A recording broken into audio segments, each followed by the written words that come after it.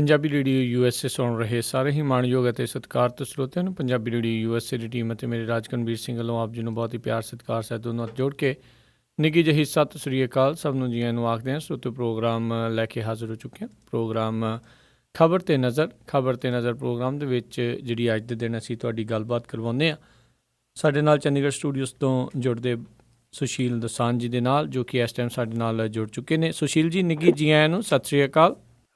ਬਹੁਤ ਮਿਹਰਬਾਨੀ ਰਾਜਕਰਨਵੀਰ ਸਿੰਘ ਜੀ ਤੇ ਪੰਜਾਬੀ ਰੇਡੀਓ USA ਦੇ ਸਾਰੇ ਸਰੋਤਿਆਂ ਨੂੰ ਵੀ ਸੁਸ਼ੀਲ ਦੋਸਾਂਝ ਦੀ ਪਿਆਰ ਭਰੀ ਸਤਿ ਸ੍ਰੀ ਅਕਾਲ, ਆਦਾਬ ਤੇ ਨਮਸਕਾਰ। ਪਿਆਰ ਦੋਸਤੋ, ਅਸੀਂ ਖਬਰ ਤੇ ਨਜ਼ਰ ਪ੍ਰੋਗਰਾਮ 'ਚ ਤੁਹਾਨੂੰ ਮੁਖਾਤਬ ਹਾਂ। ਖਬਰ ਤੇ ਨਜ਼ਰ ਪ੍ਰੋਗਰਾਮ 'ਚ ਖਬਰਾਂ ਦੇ ਆਰ ਪਾਰ ਦੇਖਣ ਦੀ ਸਾਡੀ ਕੋਸ਼ਿਸ਼ ਰਹਿੰਦੀ ਹੈ। ਕੁਝ ਵਿਸਥਾਰਤ ਚਰਚਾ ਦੀ ਜ਼ਰੂਰਤ ਰਹਿੰਦੀ ਹੈ ਤੇ ਦੇਸ਼ ਦੁਨੀਆ ਦੀਆਂ ਗੱਲਾਂ ਬਾਤਾਂ ਅਸੀਂ ਕਰਦੇ ਹਾਂ ਇਹਦੇ ਵਿੱਚ। ਤੇ ਗੱਲਬਾਤ ਦਾ ਸਿਲਸਿਲਾ ਹਰ ਵਾਰ ਵਾਂਗ ਰਾਜਕਰਨਵੀਰ ਸਿੰਘ ਜੀ ਸ਼ੁਰੂ ਕਰਨਗੇ ਜੀ। ਤੇ ਪ੍ਰੋਗਰਾਮ ਸ਼ੁਰੂ ਕਰਨ ਤੋਂ ਪਹਿਲਾਂ ਸਾਡੇ ਅੱਜ ਦੇ ਪ੍ਰੋਗਰਾਮ ਦੇ ਸਪਾਂਸਰਸ, ਉਹਨਾਂ ਦਾ ਧੰਨਵਾਦ ਕਰਨਾ ਚਾਹੁੰਦੇ ਹਾਂ। ਖਾਲਸਾ ਇੰਸ਼ੋਰੈਂਸ ਏਜੰਸੀ ਵਾਲੇ, ਜਿਨ੍ਹਾਂ ਦੇ ਕੋਲੋਂ ਤੁਸੀਂ ਹਰ ਤਰ੍ਹਾਂ ਦੀ ਇੰਸ਼ੋਰੈਂਸ ਕਰਵਾ ਸਕਦੇ ਹੋ। ਘਰਾਂ, ਕਾਰਾਂ ਦੀ, life, taxi, commercial, gas station, liquor store, hotel, motel, shopping centre, apartment, restaurant, ਇਹਨਾਂ ਸਾਰਿਆਂ ਦੀ ਇੰਸ਼ੋਰੈਂਸ 100 ਤੋਂ ਵੱਧ A-ਰੇਟਡ ਕੰਪਨੀਜ਼ ਦੇ ਨਾਲ ਕਰਦੇ ਨੇ। ਕਿਸੇ ਵੀ ਤਰੀਕੇ ਦੀ ਜਾਣਕਾਰੀ ਲੈਣ ਲਈ, ਫ੍ਰੀ ਕੋਟ ਲੈਣ ਦੇ ਲਈ ਕਾਲ ਕਰੋ 408 272 2500 4082722500। ਇਸ ਦੇ ਨਾਲ ਗੁਰਦੀਪ ਸਿੰਘ ਵਿਰਦੀ ਕਲੋਵਿਸ ਤੋਂ, ਪ੍ਰੀਤਮ ਸਿੰਘ ਤਲਵਿੰਦਰ ਸਿੰਘ ਗਿੱਲ ਬੇਕਰਸਫੀਲਡ ਤੋਂ, ਸਤਨਾਮ ਸਿੰਘ ਸ਼ੇਰਗਿੱਲ ਸੈਲਮਾ ਤੋਂ, ਜਾਫੀ ਸਿੰਘ ਬੇਕਰਸਫੀਲਡ ਤੋਂ, ਸੁੱਖਾ ਸਿੰਘ ਵਾਈਸੀਲੀਆ ਤੋਂ, Punjabi American senior citizen centre Bakersfield ਤੋਂ, ਨਵਜੋਤ ਕੌਰ ਕਲੋਟੀ ਯੂਬਾ ਸਿਟੀ ਤੋਂ। ਇਹਨਾਂ ਸਾਰਿਆਂ ਦਾ ਬਹੁਤ ਬਹੁਤ ਧੰਨਵਾਦ। ਜੇ ਤੁਸੀਂ ਜਾਂ ਕੋਈ ਹੋਰ ਕਾਰੋਬਾਰ ਇਸ ਪ੍ਰੋਗਰਾਮ ਨੂੰ ਸਪਾਂਸਰ ਕਰਨਾ ਚਾਹੁੰਦੇ ਹੋ, ਉਸ ਦੇ ਲਈ ਸੰਪਰਕ ਕਰ ਸਕਦੇ ਹੋ ਨੰਬਰ 408 722 7698 408 722 7698 ਦੇ ਉੱਤੇ ਜੀ। ਅਤੇ ਸੁਸ਼ੀਲ ਜੀ, ਗੱਲਬਾਤ ਦਾ ਸਿਲਸਿਲਾ ਆਪਾਂ ਸ਼ੁਰੂ ਕਰਦੇ ਹਾਂ। ਦਿੱਲੀ ਸਰਕਾਰ ਦੇ ਵਿੱਚ ਜਿਹੜਾ ਦਿੱਲੀ ਵਿਧਾਨ ਸਭਾ ਦੇ ਵਿੱਚ ਜਗਦੀਸ਼ ਟਾਈਟਲਰ ਖਿਲਾਫ ਮਤਾ ਪਾਸ ਹੋਇਆ। 1984 ਦੇ ਕਤਲੇਆਮ ਦੇ ਪੀੜਤਾਂ ਦੇ ਲਈ ਵਕੀਲ ਦਾ ਖਰਚਾ ਚੱਕਣ ਦੇ ਲਈ ਦਿੱਲੀ ਸਰਕਾਰ ਨੇ ਹਾਮੀ ਜਿਹੜੀ ਉਸ ਦੇ ਲਈ ਜਿਹੜੀ ਆ ਭਰੀ ਆ। ਸੋ ਪੂਰੀ ਜਿਹੜਾ ਜੀ ਕਿਸ ਤਰੀਕੇ ਦੇ ਨਾਲ ਇਹ ਘਟਨਾਕ੍ਰਮ ਵਾਪਰਿਆ? ਦੇਖੋ, ਇਹ ਲਾਜ਼ਮੀ ਤੌਰ ਦੇ ਉੱਤੇ ਮੇਰੀ ਰਾਏ ਜਿਹੜੀ ਹੈ ਉਹ ਇਸ ਕਿਸਮ ਦੀ ਹੈ ਕਿ ਇਹ ਬਹੁਤ ਹੀ ਹਿਸਟੋਰੀਕਲ ਕਦਮ ਚੁੱਕਿਆ ਦਿੱਲੀ ਦੀ ਸਰਕਾਰ ਨੇ। 31 ਸਾਲ ਗੁਜ਼ਰ ਗਏ ਨੇ 84 ਨੂੰ ਵਾਪਰਿਆ ਤੇ ਅੱਜ ਤੱਕ ਵੀ ਦਿੱਲੀ 'ਚ ਜਦੋਂ ਤੋਂ ਅਸੈਂਬਲੀ ਬਣਨੀ ਸ਼ੁਰੂ ਹੋਈ ਹੈ, ਪਹਿਲਾਂ ਤਾਂ ਕੇਂਦਰੀ ਸ਼ਾਸਿਤ ਰਾਜ ਹੁੰਦਾ ਸੀ, ਉਦੋਂ ਵੀ ਨਹੀਂ। ਜਦੋਂ ਦਿੱਲੀ ਬਕਾਇਦਾ ਇੱਕ ਸੂਬਾ ਬਣ ਗਈ ਤੇ ਉਹਦੇ ਤੇ ਵੱਖ-ਵੱਖ ਪਾਰਟੀਆਂ ਰਾਜ ਭਾਗ ਕਰਨ ਲੱਗੀਆਂ, ਜਿਹਦੇ ਵਿੱਚ ਕਦੇ ਮਦਨ ਲਾਲ ਖੁਰਾਣਾ ਵੀ ਮੁੱਖ ਮੰਤਰੀ ਰਹੇ ਤੇ ਕਦੇ ਸ਼ੀਲਾ ਦੀਕਸ਼ਿਤ ਵੀ ਲਗਾਤਾਰ 15 ਸਾਲ ਮੁੱਖ ਮੰਤਰੀ ਰਹੀ। ਇੱਕ ਵਾਰ BJP ਵੱਲੋਂ ਸਾਹਿਬ ਸਿੰਘ ਹੋਰੀ ਵੀ ਮੁੱਖ ਮੰਤਰੀ ਰਹੇ। ਉਹ ਤੁਸੀਂ ਸਾਰੇ ਰਾਜ ਭਾਗ ਦੇਖ ਲਓ, ਕਿਸੇ ਵੀ ਸਰਕਾਰ ਨੇ ਇਹ ਯਤਨ ਨਹੀਂ ਕੀਤਾ ਕਿ 84 ਦੇ ਜਿਹੜੇ ਮੁਲਜ਼ਮ ਹੈ, ਦੋਸ਼ੀ ਹੈ, ਉਹਨਾਂ ਨੂੰ ਸਹੀ ਤਰੀਕੇ ਨਾਲ ਕਟਹਿਰੇ 'ਚ ਖੜਾ ਕੀਤਾ ਜਾਏ।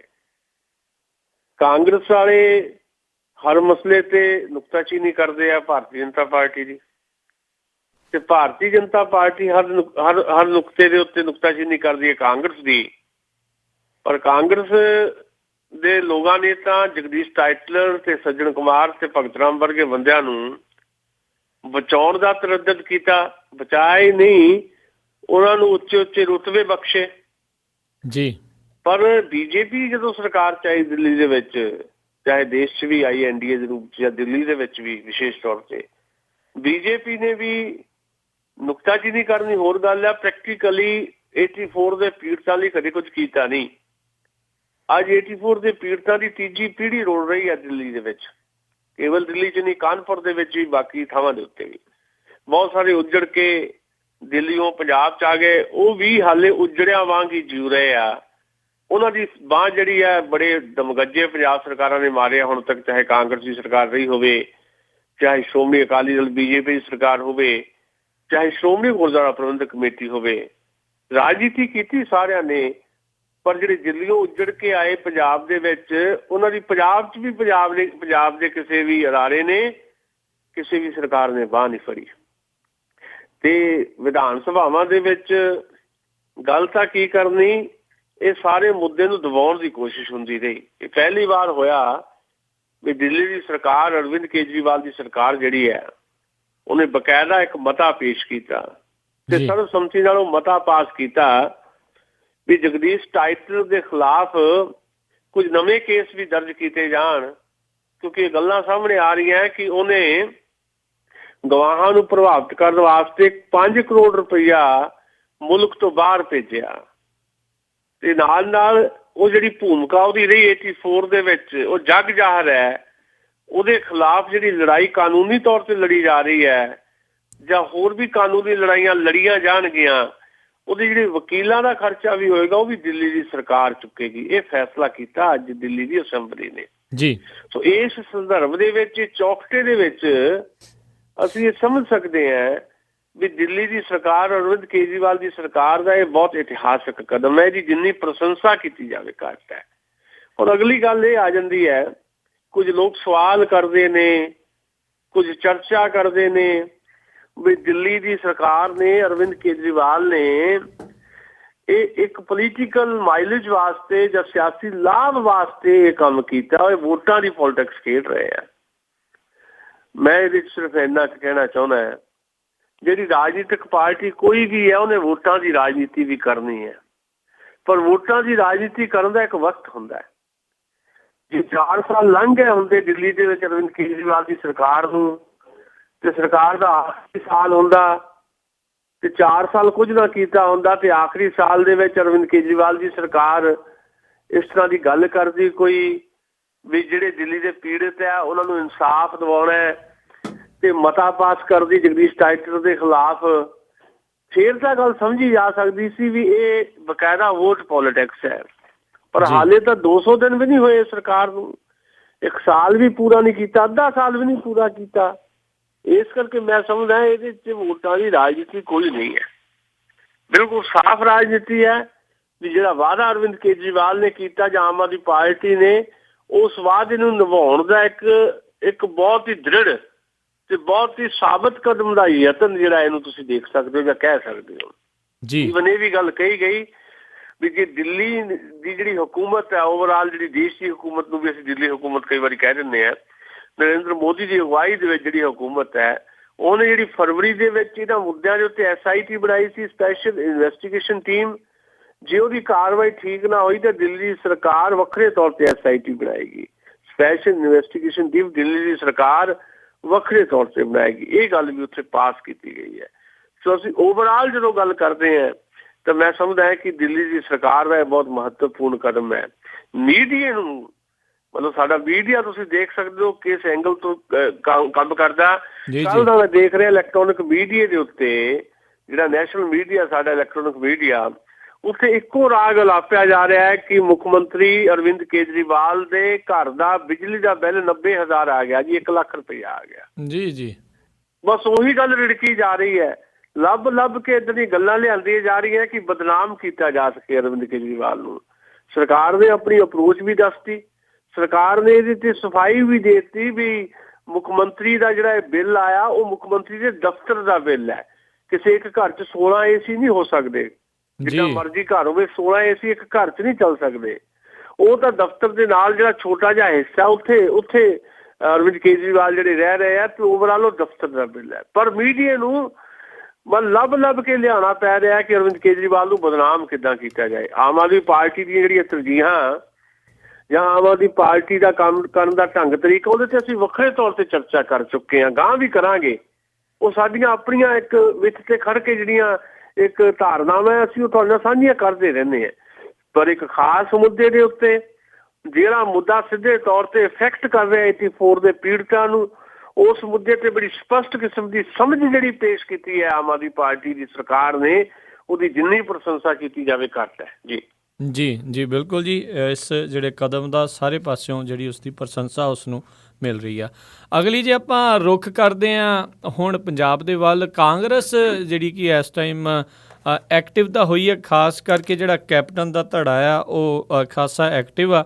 ਰੈਲੀ ਕਰਨ ਜਾ ਰਹੇ ਆ ਜਲੰਧਰ ਦੇ ਵਿੱਚ ਆਪਣੀ ਪਹਿਲੀ ਇਸ ਜਿਹੜੀ ਆ ਪੂਰੇ ਟੂਰ ਦੀ, ਤਾਂ ਉਸ ਦੇ ਵੇਖਦੇ ਹੋਏ ਜਿਹੜੇ ਇਸ ਟਾਈਮ ਕਾਂਗਰਸ ਦੇ ਪ੍ਰਧਾਨ ਪੰਜਾਬ ਇਕਾਈ ਦੇ ਉਹ ਪ੍ਰਤਾਪ ਸਿੰਘ ਬਾਜਵਾ, ਉਹਨਾਂ ਨੇ 3 ਜਿਹੜੇ ਆ ਵਿਧਾਇਕਾਂ ਨੂੰ ਨੋਟਿਸ ਜਾਰੀ ਕਰਤੇ। ਜਿਹੜੇ ਉਸ ਏਰੀਏ ਦਾ MLA ਆ ਉਸ ਨੂੰ ਵੀ ਨੋਟਿਸ ਜਾਰੀ ਕਰਦਾ। ਇਹ ਚੱਲ ਕੀ ਰਿਹਾ ਆ, ਕੁਛ ਤਣ ਪੱਤਣ ਲੱਗੂ ਗੱਲ, ਜਾਂ ਇਹ ਇੱਦਾਂ ਹੀ ਰੌਲਾ ਗੌਲਾ ਰਹੂ ਕਾਂਗਰਸ ਦਾ? ਦੇਖੋ, ਅੱਜ ਜਿਹੜਾ ਇੱਕ ਬਕਾਇਦਾ ਜਨਤਕ ਐਕਸ਼ਨ ਦਾ ਸੱਦਾ ਦਿੱਤਾ ਕੈਪਟਨ ਅਮਰਿੰਦਰ ਤੇ ਉਹਦੇ ਧੜੇ ਨੇ, ਉਹਦਾ ਪਹਿਲਾ ਟੈਸਟ ਹੈ। ਅੱਜ ਹਿਲਜੁਲ ਹੋ ਰਹੀ ਹੈ ਇਸ ਵੇਲੇ ਭਾਰਤ ਦੇ ਵਿੱਚ, ਜਿਹੜਾ ਸਵੇਰ ਦਾ ਸਮਾਂ ਹੈ, ਤੇ ਧੀਣਾ ਪਿੰਡ ਪੈਂਦਾ ਜਲੰਧਰ ਛਾਉਣੀ ਦੇ ਨਾਲ ਬਿਲਕੁਲ, ਉੱਥੇ ਇੱਕ ਵੱਡੀ ਰੈਲੀ ਦਾ ਆਯੋਜਨ ਅੱਜ ਕੈਪਟਨ ਦਾ ਧੜਾ ਕਰ ਰਿਹਾ। ਤੇ ਉਸ ਹਲਕੇ ਦੇ ਜਿਹੜੇ ਵਿਧਾਇਕ ਹੈ ਜਗਵੀਰ ਬਰਾੜ, ਉਹ ਕਾਂਗਰਸ ਦੇ ਵਿਧਾਇਕ ਹੈ ਤੇ ਕਿਸੇ ਵੇਲੇ ਸ਼੍ਰੋਮਣੀ ਅਕਾਲੀ ਦਲ ਵੱਲੋਂ ਜਿੱਤੇ ਸੀ ਉੱਥੋਂ, ਤੇ ਬਾਅਦ ਵਿੱਚ ਸ਼੍ਰੋਮਣੀ ਅਕਾਲੀ ਦਲ ਚੋਂ ਨਿਕਲ ਕੇ ਉਹ ਪੀਪਲਜ਼ ਪਾਰਟੀ ਚਲ ਗਏ ਮਨਪ੍ਰੀਤ ਬਾਦਲ ਨਾਲ। ਮਨਪ੍ਰੀਤ ਬਾਦਲ ਦੀ ਪਾਰਟੀ ਜਿਹੜੀ ਹੈ ਉਹ ਪੰਜਾਬ 'ਚ ਬਹੁਤ ਹੀ ਬਿਹਤਰ ਕਾਰਗੁਜ਼ਾਰੀ ਨਹੀਂ ਕਰ ਸਕੀ, ਤਾਂ ਉਹ ਜਗਵੀਰ ਬਰਾੜ ਕਾਂਗਰਸ 'ਚ ਕੈਪਟਨ ਅਮਰਿੰਦਰ ਦੇ ਨਾਲ ਚਲੇ ਗਏ ਤੇ ਡਟ ਕੇ ਅੱਜ ਜਗਵੀਰ ਬਰਾੜ ਕੈਪਟਨ ਨਾਲ ਖੜੇ ਹੈ। ਤੇ ਉਹਨਾਂ ਦਾ ਦਬਦਬਾ ਵੀ ਆ ਉੱਥੇ ਉਸ ਏਰੀਏ ਦੇ ਵਿੱਚ, ਲੋਕ ਉਹਨਾਂ ਨੂੰ ਮੰਨਦੇ ਵੀ ਹੈ। ਜਲੰਧਰ ਦੀ ਜਿਹੜੀ ਸਮੁੱਚੀ ਕਾਂਗਰਸ ਪਾਰਟੀ ਹੈ ਉਹਦਾ 90% ਕੈਪਟਨ ਦੇ ਨਾਲ ਹੈ। ਤੇ ਜਗਵੀਰ ਬਰਾੜ ਤੇ ਕਰਨ ਬਰਾੜ ਤੇ ਸਤਨਾਮ ਕੈਂਥ ਜਿਹੜੇ ਕਿਸੇ ਵੇਲੇ BSP ਦੇ ਵੱਡੇ ਲੀਡਰ ਹੁੰਦੇ ਸੀ, ਫਿਰ ਉਹਨਾਂ ਨੇ ਬਹੁਜਨ ਸਮਾਜ ਮੋਰਚਾ ਬਣਾ ਲਿਆ, ਫਿਰ ਅਕਾਲੀਆਂ ਨਾਲ ਚੱਲ ਗਿਆ, ਅੱਜ ਉਹ ਕਾਂਗਰਸ ਨਾਲ ਆਇਆ ਤੇ ਕੈਪਟਨ ਧੜੇ ਨਾਲ ਆਇਆ। ਉਹਨਾਂ ਨੂੰ 3 ਜਣਿਆਂ ਨੂੰ ਨੋਟਿਸ ਵੀ ਜਾਰੀ ਕਰਤੇ ਪ੍ਰਤਾਪ ਸਿੰਘ ਬਾਜਵੇ ਨੇ। ਕਾਰਨ ਦੱਸੋ ਨੋਟਿਸ। ਹੁਣ ਜਿਹੜੀ ਸਭ ਤੋਂ ਵੱਡੀ ਇਹਦੇ 'ਚ ਇੰਪਾਰਟੈਂਟ ਗੱਲ ਹੈ ਵੀ ਇਹ 3 ਬੰਦੇ ਜਿਹਨਾਂ ਨੂੰ ਨੋਟਿਸ ਜਾਰੀ ਕੀਤਾ, ਇਹਨਾਂ ਨੂੰ ਨੋਟਿਸ ਜਾਰੀ ਕਿਉਂ ਕੀਤਾ ਗਿਆ? ਜੇ ਇੱਕ ਮਿੰਟ ਲਈ ਆਪਾਂ ਸੋਚੀਏ ਜੀ, ਉਹ ਇਸ ਕਰਕੇ ਕੀਤਾ ਗਿਆ ਕਿ ਉਹ ਕੈਪਟਨ ਅਮਰਿੰਦਰ ਦੀ ਮਦਦ ਕਰਦੇ ਆ ਜਾਂ ਕੈਪਟਨ ਅਮਰਿੰਦਰ ਦੇ ਕਹਿਣੇ 'ਚ ਹੈ। ਤੇ ਸਭ ਤੋਂ ਪਹਿਲਾਂ ਨੋਟਿਸ ਤਾਂ ਕੈਪਟਨ ਅਮਰਿੰਦਰ ਨੂੰ ਜਾਰੀ ਹੋਣਾ ਚਾਹੀਦਾ ਸੀ। ਇਹਦੇ ਤੋਂ ਪਤਾ ਲੱਗ ਜਾਂਦਾ ਹੈ ਕਿ ਕੈਪਟਨ ਨੂੰ ਹੱਥ ਪਾਉਣਾ ਕਿੰਨਾ ਔਖਾ ਫੀਲ ਕਰ ਰਹੇ ਨੇ ਪ੍ਰਤਾਪ ਸਿੰਘ ਬਾਜਵਾ ਜੀ। ਜਿਹੜੇ ਸ਼ਕੀਲ ਅਹਿਮਦ ਆ ਪੰਜਾਬ ਕਾਂਗਰਸ ਦੇ ਇੰਚਾਰਜ, ਉਹਨਾਂ ਨੇ ਕਿਹਾ ਕਿ ਇਹ 3 ਲੀਡਰ ਜਿਹੜੇ ਆ ਕੈਪਟਨ ਦੇ ਨਾਲ ਖੜੇ, ਇਹਨਾਂ ਨੂੰ ਨੋਟਿਸ ਜਾਰੀ ਕਰੋ। ਬਾਜਵੇ ਨੂੰ ਕਹਿਤਾ ਵੀ ਜਿਹੜਾ ਕੈਪਟਨ ਕਰ ਰਹੇ ਨੇ, ਪੈਰਲਲ ਪ੍ਰੋਗਰਾਮ ਕਰ ਰਹੇ ਤੁਹਾਡੇ ਸਾਹਮਣੇ ਅੱਜ ਤੋਂ, ਉਹਦੇ ਖਿਲਾਫ ਕੋਈ ਐਕਸ਼ਨ ਨਹੀਂ। ਇਹਦਾ ਮਤਲਬ ਹੈ ਵੀ ਜਿਹੜਾ ਦਬਦਬਾ ਹੈ ਕੈਪਟਨ ਅਮਰਿੰਦਰ ਦਾ ਹਾਈ ਕਮਾਨ ਤੱਕ ਹੈਗਾ, ਤੇ ਹਾਈ ਕਮਾਨ ਨੂੰ ਇਸ ਗੱਲ ਦਾ ਇਲਮ ਹੈ ਵੀ ਜੇ ਕੈਪਟਨ ਦੇ ਖਿਲਾਫ ਕੋਈ ਐਕਸ਼ਨ ਲਿਆ ਤੇ ਕੈਪਟਨ ਅਮਰਿੰਦਰ ਕੋਈ ਬਹੁਤ ਵੱਡਾ ਕਦਮ ਚੁੱਕ ਸਕਦੇ ਆ। ਵੱਡਾ ਕਦਮ ਤੋਂ ਕੀ ਭਾਵ ਹੈ? ਕੱਲ੍ਹ ਨੂੰ ਵੱਖਰੀ ਪਾਰਟੀ ਬਣਾ ਸਕਦੇ ਹੈ, ਕੱਲ੍ਹ ਨੂੰ ਵੱਖਰੀ ਪਾਰਟੀ ਬਣਾ ਲੈਣ, ਜਾਂ ਪਾਰਟੀ ਦੇ ਅੰਦਰ ਹੀ ਇੱਕ ਧੜਾ ਬਣਾ ਕੇ ਬੈਠ ਜਾਣਾ, ਚੰਗੀ ਤਰ੍ਹਾਂ ਠੋਕ ਠਕਾਈਆ ਕਰ ਦੇਣ ਤੇ ਆਪਣੇ ਪੈਰਲਲ ਉਮੀਦਵਾਰ ਖੜੇ ਕਰ ਦੇਣ। ਜਿੰਨੀ ਦੇਰ ਤੱਕ ਉਹਨਾਂ ਨੂੰ ਕਾਂਗਰਸ ਤੋਂ ਕੱਢਦੇ ਨਹੀਂ, ਜੇ ਕੱਢ ਦੇਣ ਤਾਂ ਇੱਕ ਵੱਖਰੀ ਪਾਰਟੀ ਬਣਾ ਲੈਣ। ਇੱਦਾਂ ਦੀਆਂ ਸੰਭਾਵਨਾਵਾਂ ਹੈ ਪੰਜਾਬ ਦੇ ਵਿੱਚ, ਜਦਕਿ ਸਾਡੀ ਹਾਲੇ ਵੀ ਧਾਰਨਾ ਹੈ ਕਿ ਉਹਨਾਂ ਦੀ ਜਿਹੜੀ ਉਮਰ ਹੈ ਉਹ ਵੱਖਰੀ ਪਾਰਟੀ ਬਣਾਉਣ ਦੀ ਹੁਣ ਨਹੀਂ ਹੈ, ਪਰ ਤਾਕਤ ਉਹਨਾਂ ਕੋਲ ਹੈਗੀ ਹੈ। ਜਿਹੜੀ ਨਫਰੀ ਜਿਹਨੂੰ ਆਪਾਂ ਕਹਿੰਦੇ ਹਾਂ, ਗਿਣਤੀ ਮਿਣਤੀ, ਉਹ ਉਹਨਾਂ ਦੇ ਹੱਕ 'ਚ ਹੈ। ਸੋ ਅੱਜ ਦਾ ਜਿਹੜਾ ਜਲੰਧਰ ਦਾ ਇਕੱਠ ਹੈ, ਉਹ ਇਕੱਠ ਤੈਅ ਕਰੇਗਾ ਕਿ ਕੈਪਟਨ ਅਮਰਿੰਦਰ ਨੂੰ ਕਿੰਨਾ ਕੁ ਵੇਟ ਲੋਕ ਦੇ ਰਹੇ ਆ। ਕਿਉਂਕਿ ਪ੍ਰਤਾਪ ਸਿੰਘ ਬਾਜਵੇ ਨੇ ਜਿਹੜਾ ਕੋਸ਼ਿਸ਼ ਕੀਤੀ ਸੀ 34 ਰਿਜ਼ਰਵ ਹਲਕਿਆਂ ਦੇ ਵਿੱਚ ਇੱਕ ਕਾਨਫਰੰਸਾਂ ਕਰਨ ਦੀ ਕੋਸ਼ਿਸ਼ ਸੀ, ਉਹ ਤਾਂ ਠੁੱਸ ਹੋ ਗਈ ਤੇ ਹਾਈ ਕਮਾਂਡ ਦੇ ਕੋਲ ਉਹ ਰੋਣਾ ਰੋ ਕੇ ਆ ਗਿਆ ਜੀ ਮੇਰਾ ਕੋਈ ਸਾਥ ਨਹੀਂ ਦਿੰਦਾ। ਜੇ ਸਾਥ ਨਹੀਂ ਦਿੰਦਾ ਤਾਂ ਫਿਰ ਪੰਜਾਬ ਕਾਂਗਰਸ ਦੀ ਪ੍ਰਧਾਨਗੀ ਵੀ ਉਹਨਾਂ ਕੋਲ ਹੁਣ ਬਹੁਤੀ ਦੇਰ ਰਹਿੰਦੀ ਨਹੀਂ। ਹੁਣ ਦੋ ਹੀ ਗੱਲ ਹੈ, ਆਰ ਪਾਰ ਦੀ ਲੜਾਈ 'ਚ ਆ ਗਏ ਨੇ ਕੈਪਟਨ ਅਮਰਿੰਦਰ ਸਿੰਘ। ਅੱਜ ਦਾ ਇਕੱਠ ਉਹਨਾਂ ਦੇ ਪੱਖ 'ਚ ਜਾਏਗਾ ਜੋ ਦਿਖਾਈ ਦੇ ਰਿਹਾ, ਤੇ ਜੇ ਉਹ ਅੱਜ ਦੇ ਇਕੱਠ ਦੇ ਵਿੱਚ ਵਾਹ ਆਪਣੀ ਗੱਲ ਜ਼ੋਰ ਨਾਲ ਕਰ ਗਏ ਤੇ ਆਉਣ ਵਾਲੇ ਦਿਨਾਂ ਦੇ ਵਿੱਚ ਕਾਂਗਰਸ ਪਾਰਟੀ ਦੀ ਸਾਰੀ ਸਿਆਸਤ ਜਿਹੜੀ ਹੈ ਉਹ ਕੈਪਟਨ ਦੇ ਆਲੇ ਦੁਆਲੇ ਕੇਂਦਰਿਤ ਹੋਣ ਵਾਲੀ ਹੈ। ਤੇ ਜਿਹੜੀ ਹਾਈ ਕਮਾਨ ਹੈ ਉਹਨੂੰ ਮਜਬੂਰ ਹੋ ਕੇ ਪ੍ਰਤਾਪ ਸਿੰਘ ਬਾਜਵਾ ਨੂੰ ਸਾਈਡਲਾਈਨ ਕਰਨਾ ਪਏਗਾ। ਜੇ ਉਹ ਨਹੀਂ ਕਰਦੇ ਤਾਂ ਪੰਜਾਬ ਕਾਂਗਰਸ ਲਈ ਉਹਦੇ ਇਤਿਹਾਸ 'ਚ ਸਭ ਤੋਂ ਵੱਡਾ ਸੰਕਟ ਖੜਾ ਹੋਏਗਾ ਕਿ ਕੈਪਟਨ ਅਮਰਿੰਦਰ ਸਿੰਘ ਫਿਰ ਆਜ਼ਾਦ ਫੀਲ ਕਰਨਗੇ ਆਪਣੇ ਆਪ ਨੂੰ ਵੀ ਹੁਣ ਮੈਂ ਜੋ ਮਰਜ਼ੀ ਕਰਾਂ, ਵੀ ਮੈਂ ਤਾਂ ਬੜਾ ਵਕਤ ਦੇਤਾ ਹਾਈ ਕਮਾਨ ਨੂੰ। ਹਾਈ ਕਮਾਨ ਦੀ ਜ਼ਿੱਦ ਜਿਹੜੀ ਹੈ ਉਹ ਹਾਲੇ ਵੀ ਇੱਕ ਜੜਹੀਨ ਆਗੂ ਨੂੰ ਪੰਜਾਬ ਦੀ ਜਿਹੜੀ ਕਾਂਗਰਸ ਹੈ ਉਹਦੀ ਅਗਵਾਈ ਦੇ ਕੇ ਹੀ ਰਾਜ਼ੀ ਹੈ। ਉਸ ਤੋਂ ਬਾਅਦ ਕੈਪਟਨ ਅਮਰਿੰਦਰ ਸ਼ਾਇਦ ਆਪਣਾ ਕੋਈ ਰਸਤਾ ਨਵਾਂ ਅਖਤਿਆਰ ਕਰ ਸਕਦੇ ਹੈ।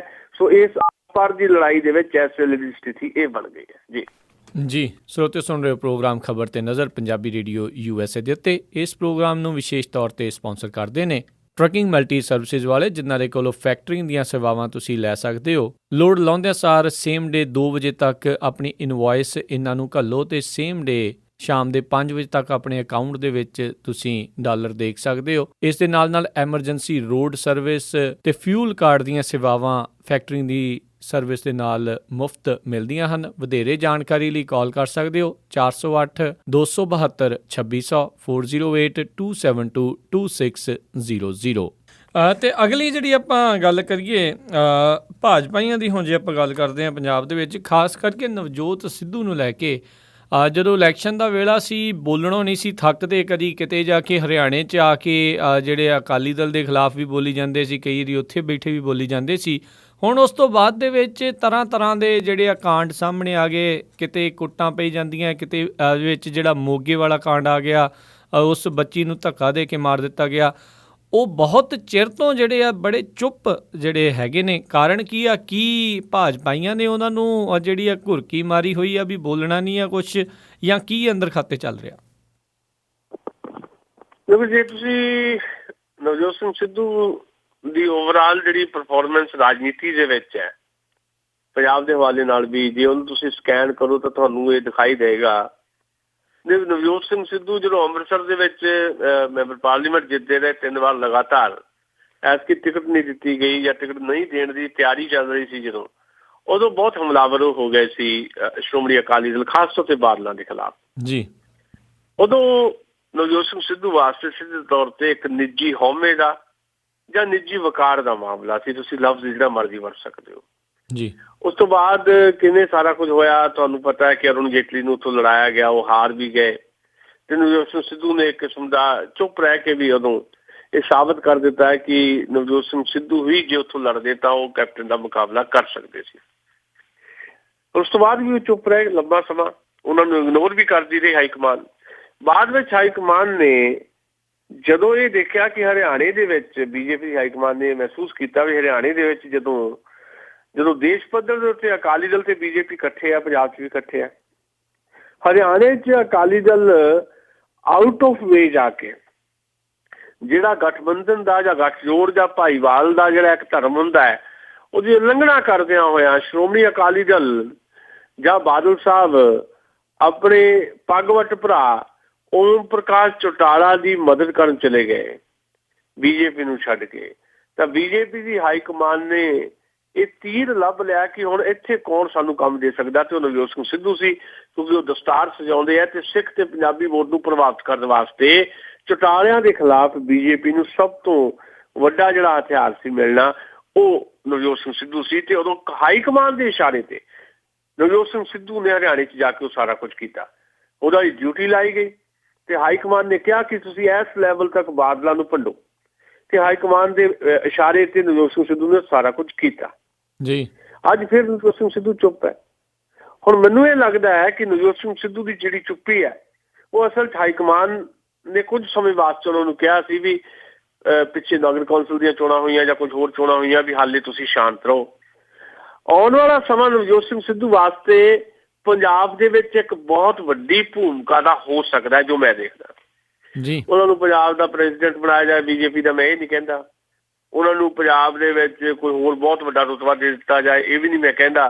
ਪਰ ਇਹ ਜ਼ਰੂਰ ਹੈ ਕਿ ਪੰਜਾਬ ਦੀ 2017 ਦੀ ਜਿਹੜੀ ਚੋਣ ਹੈ, ਜੇ ਉਹ ਚੋਣ ਭਾਰਤੀ ਜਨਤਾ ਪਾਰਟੀ ਜਿੱਦਾਂ ਚੱਲ ਰਹੀ ਹੈ ਉਹਨੇ ਇਕੱਲਿਆਂ ਲੜਨ ਦਾ ਫੈਸਲਾ ਅੰਤਮ ਤੌਰ ਤੇ ਕਰ ਲਿਆ, ਤਾਂ ਉਸ ਚੋਣ ਦੇ ਨਾਇਕ ਜਿਹੜੇ ਆ ਬੀਜੇਪੀ ਵੱਲੋਂ ਨਵਜੋਤ ਸਿੰਘ ਸਿੱਧੂ ਹੋਣਗੇ। ਮੈਨੂੰ ਇਹ ਲੱਗਦਾ ਹੈ ਕਿ ਨਵਜੋਤ ਸਿੰਘ ਸਿੱਧੂ ਨੂੰ ਜਿਹਦਾ ਡੱਬੇ 'ਚ ਬੰਦ ਕਰਕੇ ਰੱਖਿਆ ਹੁੰਦਾ ਵੀ ਆਖਰੀ ਹਥਿਆਰ ਦੇ ਤੌਰ ਤੇ ਵਰਤਿਆ ਜਾਏਗਾ।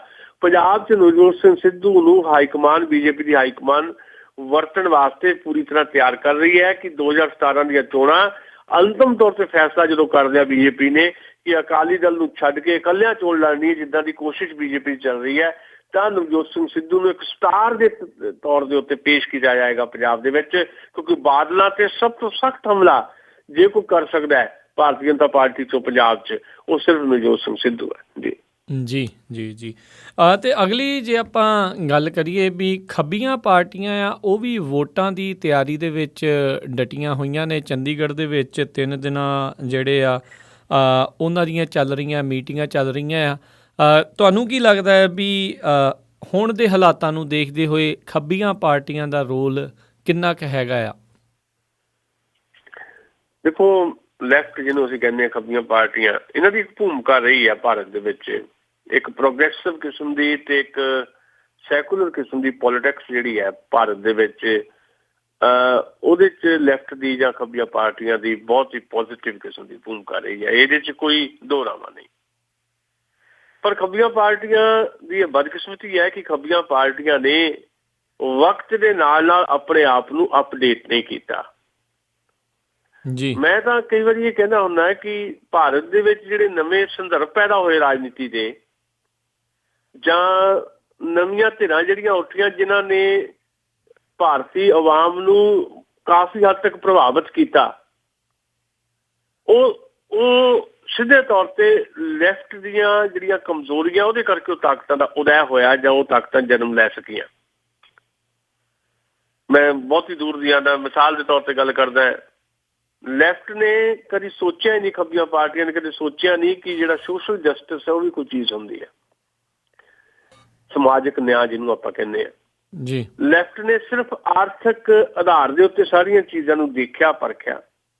ਸਮਾਜਿਕ ਅਧਿਐਨ ਜਿਹੜਾ ਬਹੁਤ ਇੰਪੋਰਟੈਂਟ ਸੀ, ਜਿਹੜਾ ਲੈਫਟ ਦੇ ਜਿਹੜਾ ਬੁਨਿਆਦ ਦੇ ਵਿੱਚ ਪਿਆ, ਮਾਰਕਸ ਦਾ ਜਿਹੜਾ ਫਲਸਫਾ, ਉਹਦੀ ਜਿਹੜਾ ਸੋਸ਼ਲ ਜਸਟਿਸ ਨੂੰ ਬਹੁਤ ਇੰਪੋਰਟੈਂਸ ਦਿੱਤੀ ਗਈ, ਸਮਾਜ ਵਿਗਿਆਨ ਨੂੰ, ਉਹਨੂੰ ਇਗਨੋਰ ਕਰਕੇ ਭਾਰਤੀ ਖੱਬੇ ਪੱਖੀਆਂ ਨੇ, ਭਾਰਤੀ ਲੈਫਟਿਸਟ ਜਿਹੜੇ ਸੀ, ਉਹਨਾਂ ਨੇ ਸਿਰਫ ਆਰਥਿਕ ਆਧਾਰ ਤੇ ਵਿਸ਼ਲੇਸ਼ਣ ਕੀਤੇ। ਜ਼ਾਤ, ਧਰਮ ਜਾਂ ਸਮਾਜਿਕ ਅਧਿਐਨ ਦੀ ਜਿਹੜੀ ਬਹੁਤ ਵੱਡੀ ਜ਼ਰੂਰਤ ਸੀ ਉਹਨੂੰ ਇਗਨੋਰ ਕਰਤਾ ਲੈਫਟ ਨੇ, ਜਿਹਦਾ ਸਿੱਟਾ ਇਹ ਨਿਕਲਿਆ ਵੀ ਸੋਸ਼ਲ ਜਸਟਿਸ ਨਾਂ ਦੀ ਚੀਜ਼ ਨੂੰ ਭੁੱਲ ਗਏ ਲੈਫਟ ਵਾਲੇ, ਤੇ ਅਲਟੀਮੇਟਲੀ ਭਾਰਤ ਦੇ ਵਿੱਚ ਇੱਕ ਦਲਿਤ ਅੰਦੋਲਨ ਜਿਹੜਾ ਪੈਦਾ ਹੋਇਆ, ਜਿਹਨੂੰ ਅਗਵਾ ਕੀਤਾ ਬਾਅਦ ਵਿੱਚ ਕਾਂਸ਼ੀ ਰਾਮ ਨੇ, ਤੇ ਫਿਰ ਅੱਜ ਮਾਇਆਵਤੀ ਸਾਡੇ ਸਾਹਮਣੇ BSP ਦੇ ਰੂਪ ਦੇ ਵਿੱਚ। ਜੀ, ਜਦੋਂ BSP ਜਾਂ ਦਲਿਤ ਅੰਦੋਲਨ 'ਚ ਜਿਹੜੇ ਲੋਕ ਐਕਟਿਵ ਸੀਗੇ, ਉਹਨਾਂ ਨੂੰ ਇਹ ਲੱਗਾ ਕਿ ਸਾਡੀਆਂ ਤਾਂਘਾਂ, ਸਾਡੀਆਂ ਜਿਹੜੀਆਂ ਕਹਿ ਲਓ ਵੀ ਸਾਡੀਆਂ ਇੱਛਾਵਾਂ, ਸਾਡੀਆਂ ਰਾਜਨੀਤਿਕ ਜਿਹੜੀਆਂ ਦਖਲ ਦੀਆਂ ਜਿਹੜੀਆਂ ਕੋਸ਼ਿਸ਼ ਹੈ, ਉਹ BSP ਵੀ ਜਿਹੜੀ ਹੈ ਉਹ ਸਹੀ ਤਰੀਕੇ ਨਾਲ ਜਿਹੜੀ ਹੈ ਸਫਲ ਨਹੀਂ ਕਰ ਸਕਦੀ। ਤੇ ਇੱਕ ਨਵਾਂ ਅੰਦੋਲਨ ਤੁਸੀਂ ਦੇਖੋਗੇ ਕਿ ਉਹ ਅੰਦੋਲਨ ਜਿਹੜਾ ਅੰਨਾ ਹਜ਼ਾਰੇ ਦਾ ਅੰਦੋਲਨ ਨਿਕਲਿਆ।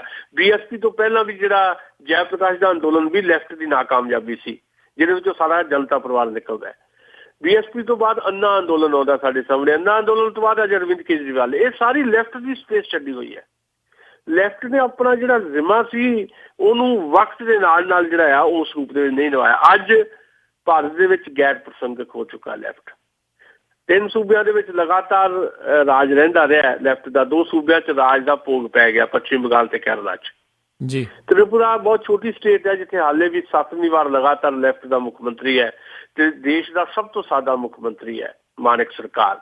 ਦੇਸ਼ ਦਾ ਸਭ ਤੋਂ ਓਨੈਸਟ, ਦੇਸ਼ ਦਾ ਸਭ ਤੋਂ ਗਰੀਬ ਮੁੱਖ ਮੰਤਰੀ ਜੇ ਕੋਈ ਲੱਭਣਾ ਹੋਵੇ ਤੇ ਸਭ ਤੋਂ ਸਾਦਾ ਮੁੱਖ ਮੰਤਰੀ ਲੱਭਣਾ ਹੋਵੇ ਤਾਂ ਉਹ ਮਾਨਕ ਸਰਕਾਰ ਹੈ, ਤ੍ਰਿਪੁਰਾ ਦਾ ਮੁੱਖ ਮੰਤਰੀ। ਇਹ ਲੈਫਟ ਦੀ ਸਿਫਤ ਹੈ। ਲੈਫਟ ਦੀ ਸਿਫਤ ਇਹ ਵੀ ਆ ਖੱਬੀਆਂ ਪਾਰਟੀਆਂ ਦੀ ਵੀ ਅੱਜ ਤੱਕ ਜਿਹੜੇ ਘੁਟਾਲੇ ਹੋਏ ਦੇਸ਼ ਵਿੱਚ, ਇੱਕ ਵੀ ਇਲਜ਼ਾਮ ਖੱਬੀਆਂ ਪਾਰਟੀਆਂ ਦੇ ਆਗੂ ਤੇ ਨਹੀਂ ਹੈ, ਕਿਸੇ ਵੀ ਆਗੂ ਤੇ, ਵੀ ਉਹਨੇ ਆਪ ਫਲਾਣੇ ਕਿਸਮ ਦਾ ਕੋਈ ਘੁਟਾਲਾ ਕੀਤਾ ਹੋਵੇ। ਪਰ ਇਹਨਾਂ ਸਾਰੀਆਂ ਸਿਫਤਾਂ ਦੇ ਬਾਵਜੂਦ ਲੈਫਟ ਖੁੰਝ ਗਿਆ ਸਮੇਂ ਦੀ ਨਜ਼ਾਕਤ ਨੂੰ ਨਹੀਂ ਭਾਲਿਆ ਤੇ ਸੋਸ਼ਲ ਜਸਟਿਸ ਨੂੰ ਜਿਹੜਾ ਆ ਆਪਣੇ ਅੰਦੋਲਨ ਦਾ ਅੰਗ ਨਹੀਂ ਬਣਾਇਆ। ਹੁਣ ਉਹ ਰਿਵਰਸ ਕਰਨ ਦੀ ਕੋਸ਼ਿਸ਼ ਕਰ ਰਹੇ ਜਾਂ ਰੀਥਿੰਕ ਕਰਨ ਦੀ ਕੋਸ਼ਿਸ਼ ਕਰ ਰਹੇ ਆ। ਚੰਡੀਗੜ੍ਹ 'ਚ ਭਾਰਤੀ ਕਮਿਊਨਿਸਟ ਪਾਰਟੀ ਦੀ ਕਾਨਫਰੰਸ ਸ਼ੁਰੂ ਹੋਈ ਹੈ 3 ਦਿਨ ਦੀ, ਜਿਹਦੇ 'ਚ ਵਿਚਾਰ ਕੀਤਾ ਜਾ ਰਿਹਾ ਕਿ ਅਸੀਂ ਵੀ ਭਾਰਤ ਦੇ ਵਿੱਚ ਜਿਹੜੇ ਵੱਖ-ਵੱਖ ਸੂਬਿਆਂ 'ਚ ਅਗਲੇ ਸਾਲ ਵਿਧਾਨ ਸਭਾ ਦੀਆਂ ਚੋਣਾਂ ਹੋਣੀਆਂ, ਪੱਛਮੀ ਬੰਗਾਲ 'ਚ ਜਾਂ ਕੇਰਲਾ 'ਚ ਜਾਂ ਕੁਝ ਹੋਰ ਸੂਬਿਆਂ ਦੇ ਵਿੱਚ, ਬਿਹਾਰ ਦੇ ਵਿੱਚ, ਉਸ ਤੋਂ ਬਾਅਦ ਪੰਜਾਬ 'ਚ ਹੋਣੀਆਂ, ਵੀ ਉਹਨਾਂ ਚੋਣਾਂ ਦੇ ਵਿੱਚ ਇੱਕ ਦਖਲ ਦਿੱਤਾ ਜਾਏ ਵੱਜਵਾਂ। ਉਹ ਦਖਲ ਦੀ ਕੋਸ਼ਿਸ਼ ਕਰ ਰਹੇ ਹੈ ਕਿ ਜਿਹੜੀਆਂ ਬਾਕੀ ਪਾਰਟੀਆਂ ਨਾਲ ਜੋੜ ਤੋੜ ਕਰਕੇ ਥੋੜ੍ਹਾ ਬਹੁਤ ਬੰਦ ਸ਼ੁਭ ਕਰ ਲਿਆ ਜਾਏ।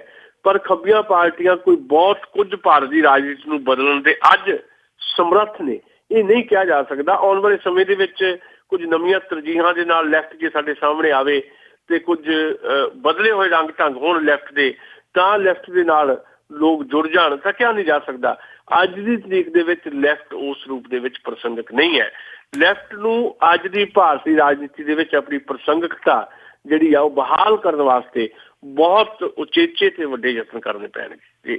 ਜੀ ਜੀ ਅਗਲੀ ਜੇ ਆਪਾਂ ਗੱਲ ਕਰੀਏ ਵੀ ਜਦ ਇਲੈਕਸ਼ਨਸ ਹੋਈਆਂ ਸੀ ਪਿਛਲੀਆਂ ਜਿਹੜੀਆਂ ਲੋਕ ਸਭਾ ਦੀਆਂ, ਭਾਜਪਾ ਜਿਹੜੀ ਆ ਮੈਜੋਰਟੀ 'ਚ ਆਈ, ਸਾਰਿਆਂ ਨੂੰ ਬੜੀਆਂ ਆਸਾਂ ਸੀਗੀਆਂ ਵੀ ਇਹ ਕੁਛ ਵਧੀਆ ਕਰਨਗੇ, ਖਾਸ ਕਰਕੇ ਜਿਹੜੇ ਉਹਨਾਂ ਦੇ ਵਿਸ਼ੇਸ਼ ਤੌਰ ਦੇ ਉੱਤੇ ਜਿਹੜੇ ਉਹਨਾਂ ਦੇ ਨਾਲ ਜੋ ਮਿਲਦੇ ਸੀਗੇ। ਪਰ ਹੁਣ ਇਸ ਹਮਾਮ ਦੇ ਵਿੱਚ ਅਕਸਰ ਹੀ ਸਾਰੇ ਜਿਹੜੇ ਨੰਗੇ ਹੁੰਦੇ ਨਜ਼ਰ ਆ ਰਹੇ ਆ। ਮਹਾਰਾਸ਼ਟਰ ਦਾ ਇੱਕ ਹੋਰ ਮੰਤਰੀ ਜਿਹੜੇ ਆ ਉਹ ਘੁਟਾਲੇ ਦੇ ਵਿੱਚ ਫਸਦਾ ਗਿਆ ਆ, ਵਸੁੰਧਰਾ ਰਾਜੇ ਦਾ ਘੁਟਾਲਾ ਅਜੇ ਨਹੀਂ ਭੁੱਲ ਰਿਹਾ। ਪਰ ਸੋ ਇਸ ਚੀਜ਼ ਨੂੰ ਦੇਖਦੇ ਹੋਏ ਲੋਕੀ ਕੀ ਕਰ ਸਕਦੇ ਨੇ, ਕੀ ਸੋਚਦੇ ਹੋਣਗੇ ਵੀ ਹੁਣ ਤਾਂ ਮੈਜੋਰਟੀ ਦੇ ਵਿੱਚ ਹਰ ਇੱਕ ਚੀਜ਼ ਉਹਨਾਂ ਨੂੰ ਦਵਾਤੀ ਆ, ਪਰ ਕੰਮ ਫਿਰ ਵੀ ਕੋਈ ਨਹੀਂ ਕਰਦੇ। ਦੇਖੋ, ਇੱਕ ਲਫ਼ਜ਼ ਜਿਹੜਾ ਤੁਸੀਂ ਵੀ ਸੁਣਿਆ, ਸਾਰੇ ਅਸੀਂ ਕਰਦੇ ਹਾਂ, ਹਮਾਮ ਸਾਰੇ ਨੰਗੇ।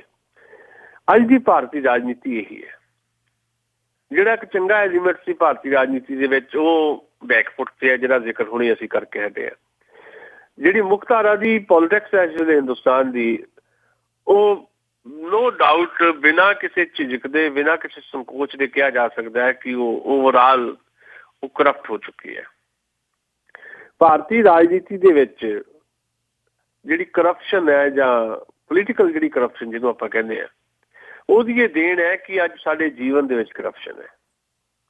ਅੰਨਾ ਹਜ਼ਾਰੇ ਦੇ ਅੰਦੋਲਨ ਨੇ ਕਰਪਸ਼ਨ ਨੂੰ ਇੱਕ ਇਸ਼ੂ ਦੇ ਤੌਰ ਤੇ ਸਾਡੇ ਸਾਹਮਣੇ ਲਿਆਂਦਾ, ਜਿਹੜਾ ਅੱਜ ਫਿਰ ਰੁਲ ਗਿਆ, ਜਿਹਨੇ ਸਾਬਤ ਕਰ ਦਿੱਤਾ ਹੈ ਵੀ ਜਿੰਨੀ ਦੇਰ ਤੱਕ ਭਾਰਤ ਦੇ ਵਿੱਚ ਭਾਰਤ ਦਾ ਸਿਸਟਮ ਜਿਹੜਾ ਹੈ, ਇਹਦੀ ਰੱਦੋ ਬਦਲ ਨਹੀਂ ਹੁੰਦੀ, ਇਹਦੀ ਓਵਰਹਾਲਿੰਗ ਨਹੀਂ ਹੁੰਦੀ, ਜਾਂ ਇਹਨੂੰ ਹੇਠੋਂ ਉੱਤੇ ਤੱਕ ਨਹੀਂ ਬਦਲ ਦਿੱਤਾ ਜਾਂਦਾ, ਉਨੀ ਦੇਰ ਤੱਕ ਇਹ ਚੀਜ਼ਾਂ ਹੁਣ ਰੁਕ ਨਹੀਂ ਸਕਦੀਆਂ। ਟੈਂਪਰੇਰੀ ਕੁਝ ਸੁਧਾਰਵਾਦੀ ਜਿਹੜੀਆਂ ਕੰਪੇਨਸ ਹੈ, ਜਾਂ ਸੁਧਾਰਵਾਦੀ ਜਿਹੜੀਆਂ ਮੁਹਿੰਮਾਂ ਆ, ਉਹ ਕੁਝ ਸਾਨੂੰ ਰੌਸ਼ਨੀ ਦਿਖਾਉਂਦੀਆਂ, ਪਰ ਉਹ ਰੌਸ਼ਨੀ ਜਿਹੜੀ ਹੈ ਉਹ ਅੱਖਾਂ ਨੂੰ ਝੰਡਿਆਉਣ ਵਾਲੀ ਹੁੰਦੀ ਹੈ, ਅਸਲ ਦੇ ਵਿੱਚ ਉਹ ਰੌਸ਼ਨੀ ਨਹੀਂ ਹੁੰਦੀ। ਇਸ ਕਰਕੇ ਵਿਦਨ ਸਿਸਟਮ, ਜੇ ਤੁਸੀਂ ਕਹੋ ਕਿ ਭਾਰਤ ਦੇ ਵਿੱਚ ਕੋਈ ਤਬਦੀਲੀ ਹੁਣ ਹੋਏਗੀ, ਉਹਦੀ ਪੋਸੀਬਿਲਿਟੀ ਜਿਹੜੀ ਹੈ ਬੜੀ ਘੱਟ ਹੈ। ਤੇ ਮੈਨੂੰ ਇਹ ਲੱਗਦਾ ਕਈ ਵਾਰੀ ਵੀ ਭਾਰਤ ਦਾ ਆਉਣ ਵਾਲਾ ਸਮਾਂ ਬਹੁਤ ਜ਼ਿਆਦਾ ਖਤਰਨਾਕ ਹੈ। ਅੱਜ ਦੀ ਤਰੀਕ 'ਚ ਹੋਰ ਜ਼ਿਆਦਾ ਖਤਰਨਾਕ ਇਸ ਕਰਕੇ ਹੈ ਕਿਉਂਕਿ ਭਾਰਤ ਦੇ ਉੱਤੇ ਉਹਨਾਂ ਤਾਕਤਾਂ ਦੀ ਹੁਕੂਮਤ ਕਾਇਮ ਹੋ ਗਈ ਹੈ, ਜਿਹਨਾਂ ਦੇ ਹੁਕੂਮਤ 'ਚ ਆਉਂਦਿਆਂ ਹੀ ਭਾਰਤ ਦੀਆਂ ਸਾਰੀਆਂ ਘੱਟ ਗਿਣਤੀਆਂ ਦੇ ਵਿੱਚ ਇੱਕ ਡਰ ਦੀ, ਇੱਕ ਭੈ ਦੀ ਇੱਕ ਲਹਿਰ ਦੌੜ ਗਈ ਹੈ ਜੀ। ਅੱਜ ਸਮਾਂ ਜਿਹੜਾ ਆ ਭਾਰਤ ਦੀਆਂ ਸਮੁੱਚੀਆਂ ਘੱਟ ਗਿਣਤੀਆਂ ਨੂੰ ਇੱਕ ਪਲੇਟਫਾਰਮ ਤੇ ਲਿਆਉਣ ਦਾ ਹੈ। ਅੱਜ ਸਿੱਖ ਨੂੰ ਵੱਖਰੇ ਤੌਰ ਦੇ ਉੱਤੇ ਇਹ ਕਹਿ ਕੇ ਕਿ ਸਿੱਖਾਂ ਨਾਲ ਬੜਾ ਧੱਕਾ ਹੋ ਰਿਹਾ, ਵੱਖਰੇ ਤੌਰ ਤੇ ਰਾਜਨੀਤੀ ਕਰਨ ਦਾ ਸਮਾਂ ਨਹੀਂ ਹੈ ਸਿੱਖਾਂ ਦਾ। ਮੁਸਲਮਾਨਾਂ ਦਾ ਵੱਖਰੇ ਤੌਰ ਤੇ ਰਾਜਨੀਤੀ ਕਰਨ ਦਾ ਸਮਾਂ ਨਹੀਂ ਹੈ। ਈਸਾਈ ਇਹ ਕਹਿਣ ਵੀ ਅਸੀਂ ਘੱਟ ਗਿਣਤੀਆਂ, ਸਾਨੂੰ ਬੜਾ ਖਤਰਾ ਹੈ, ਏਦਾਂ ਗੱਲ ਨਹੀਂ ਬਣਦੀ। ਹੁਣ ਤਾਂ ਜਿੰਨੀਆਂ ਵੀ ਘੱਟ ਗਿਣਤੀਆਂ, ਉਹਨਾਂ ਸਾਰਿਆਂ ਨੂੰ ਇੱਕ ਪਲੇਟਫਾਰਮ ਤੇ ਆਉਣਾ ਪਏਗਾ ਤੇ ਇੱਕ ਨਜ਼ਰੀਆ ਵੀ ਬਣਾਉਣਾ ਪਏਗਾ ਵੀ ਜਿਹੜੀ ਅੱਜ ਦੀ ਹੁਕੂਮਤ ਹੈ ਜਾਂ ਇਸ ਤੋਂ ਪਹਿਲੀਆਂ ਹੁਕੂਮਤ ਹੈ, ਇਹਨਾਂ ਨੇ ਭਾਰਤੀ ਆਵਾਮ ਵਾਸਤੇ ਆਪਣਾ ਏਜੰਡਾ ਕੀ ਰੱਖਿਆ ਹੋਇਆ, ਉਸ ਏਜੰਡੇ ਨੂੰ ਬਦਲਣਾ ਪਏਗਾ। ਸੋ ਅੱਜ ਜੋ ਕਰਪਸ਼ਨ ਅਸੀਂ ਦੇਖ ਰਹੇ ਹਾਂ ਦੇਸ਼ ਭਰ ਦੇ ਵਿੱਚ, ਜਿਹੜੀ ਸਰਕਾਰ ਨੇ ਬੜਾ ਪ੍ਰਚਾਰ ਕੀਤਾ, ਅੱਜ ਨਰਿੰਦਰ ਮੋਦੀ ਬੋਲਦੇ ਵੀ ਨਹੀਂ। ਅਸੀਂ ਅੱਗੇ ਵੀ ਸ਼ਾਇਦ ਗੱਲ ਕੀਤੀ ਹੋਵੇ ਰੇਡੀਓ 'ਚ, ਮਨ ਕੀ ਬਾਤ ਕਰਦੇ ਆ, ਉਹਨਾਂ ਨੇ ਜ਼ਿਕਰ ਤੱਕ ਨਹੀਂ ਕੀਤਾ ਵਸੁੰਧਰਾ ਰਾਜੇ ਦਾ, ਨਾ ਸਮ੍ਰਿਤੀ ਇਰਾਨੀ ਦਾ, ਨਾ ਸੁਸ਼ਮਾ ਸਵਰਾਜ ਦਾ, ਈਵਨ ਲਲਿਤ ਮੋਦੀ ਦੇ ਕਾਂਡ ਦਾ। ਉਹਨਾਂ ਵਾਸਤੇ ਜਿਹੜੀਆਂ ਹੋਰ ਗੱਲਾਂ ਕਰਨੀਆਂ ਇੰਪਾਰਟੈਂਟ ਹੈ। 9 ਵਾਰ ਮੁਲਕ ਨੂੰ ਰੇਡੀਓ 'ਚ ਮਨ ਕੀ ਬਾਤ ਨਾਲ ਮੁਖਾਤਬ ਹੋ ਚੁੱਕੇ ਆ ਪ੍ਰਧਾਨ ਮੰਤਰੀ। ਪਿਛਲੇ ਮਹੀਨੇ ਜਿਹੜੀ ਗੱਲ ਕਰਦੇ ਅਗਲੇ ਮਹੀਨੇ ਤੱਕ ਉਹ ਭੁੱਲ ਜਾਂਦੀ ਹੈ। ਸੋ ਅਲਟੀਮੇਟਲੀ ਮਹਾਰਾਸ਼ਟਰ 'ਚ ਘੁਟਾਲੇ ਨਿਕਲ ਰਹੇ ਹੈ, ਦਿੱਲੀ 'ਚੋਂ ਘੁਟਾਲੇ ਨਿਕਲ ਰਹੇ ਹੈ। ਬੀਜੇਪੀ ਸਰਕਾਰ ਜਿਹੜੀ ਹੈ ਇਹਦੇ 'ਚ 31% ਦਾਗੀ ਲੋਕ ਹੈ। ਸੋ ਦਾਗੀ ਲੋਕਾਂ ਤੋਂ ਤੁਸੀਂ ਕਿੰਨੀ ਕੁ ਸਾਫ਼ ਕਿਸਮ ਦੀ ਰਾਜਨੀਤੀ ਦੀ ਤਵੱਕੋ ਕਰ ਸਕਦੇ ਹੋ। ਮੈਨੂੰ ਇਹ ਕਹਿਣਾ ਪੈਂਦਾ ਬਾਰ-ਬਾਰ ਕਿ ਭਾਰਤ ਦਾ ਆਉਣ ਵਾਲਾ ਸਮਾਂ ਬੜਾ ਖਤਰਨਾਕ ਹੈ, ਅਰਾਜਕਤਾ ਦਾ ਸਮਾਂ ਹੈ। ਭਾਰਤ ਦੇ ਵਿੱਚ ਇੱਕ ਦਿਨ ਅਰਾਜਕਤਾ ਦਾ ਪੂਰਾ ਬੋਲਬਾਲਾ ਹੋਣਾ। ਉਸ ਤੋਂ ਬਾਅਦ ਫਿਰ ਤੋਂ ਇੱਕ ਸਿਹਤਮੰਦ ਹੈਲਦੀ ਕਿਸਮ ਦੀ ਜਿਹੜੀ ਪੋਲੀਟਿਕਸ ਹੈ ਉਹਦਾ ਆਰੰਭ ਹੋਣਾ। ਦੌਰ ਇਸ ਪਾਸੇ ਵੱਲ ਨੂੰ ਵੱਧ ਰਿਹਾ ਜੀ। ਤਾਂ ਸਰੋਤਿਓ, ਇਹ ਸੀਗੀਆਂ ਸਾਡੀਆਂ ਅੱਜ ਦੀਆਂ ਕੁਝ ਖਬਰਾਂ ਜਿਨ੍ਹਾਂ ਬਾਰੇ ਸਾਨੂੰ ਜਾਣਕਾਰੀ ਦੇ ਰਹੇ ਸੀਗੇ ਸੁਸ਼ੀਲ ਦੋਸਾਂਝ ਜੀ, ਸਾਡੇ ਨਾਲ ਚੰਡੀਗੜ੍ਹ ਸਟੂਡੀਓ ਤੋਂ ਜੁੜਦੇ ਨੇ ਹਰ ਵਾਰੀ। ਅਤੇ ਸੁਸ਼ੀਲ ਜੀ, ਤੁਹਾਡਾ ਬਹੁਤ ਅਸੀਂ ਧੰਨਵਾਦ ਕਰਦੇ ਹਾਂ। ਅਗਲੇ ਬੁਲੇਟਿਨ ਤੱਕ ਲਈ ਤੁਹਾਡਾ ਬਹੁਤ ਧੰਨਵਾਦ, ਮਿਹਰਬਾਨੀ, ਸਤਿ ਸ਼੍ਰੀ ਅਕਾਲ। ਸ਼ੁਕਰੀਆ। ਸੋ ਅਤੇ ਇੱਥੇ ਹੀ ਜਿਹੜਾ ਹੁਣ ਅੱਜ ਦਾ ਪ੍ਰੋਗਰਾਮ ਖਬਰ 'ਤੇ ਨਜ਼ਰ ਸਮਾਪਤ ਹੁੰਦਾ ਹੈ। ਹੁਣ ਮੈਨੂੰ ਰਾਜ ਕਨਵੀਰ ਸਿੰਘ ਨੂੰ ਵੀ ਇਜਾਜ਼ਤ ਦਿਓ। ਮੇਰੇ ਵੱਲੋਂ ਵੀ ਆਪ ਸਭ ਨੂੰ ਬਹੁਤ ਪਿਆਰ ਸਤਿਕਾਰ ਸਹਿਤ ਦੋਨੋਂ ਹੱਥ ਜੋੜ ਕੇ ਨਿੱਘੀ ਜਿਹੀ ਸਤਿ ਸ਼੍ਰੀ ਅਕਾਲ। ਜਿਉਂਦੇ ਵਾਸਤੇ ਰਹੋ, ਹੱਸਦੇ ਖੇਡਦੇ ਰਹੋ ਅਤੇ ਸੁਣਦੇ ਰਹੋ ਜੀ ਪੰਜਾਬੀ ਰੇਡੀਓ USA।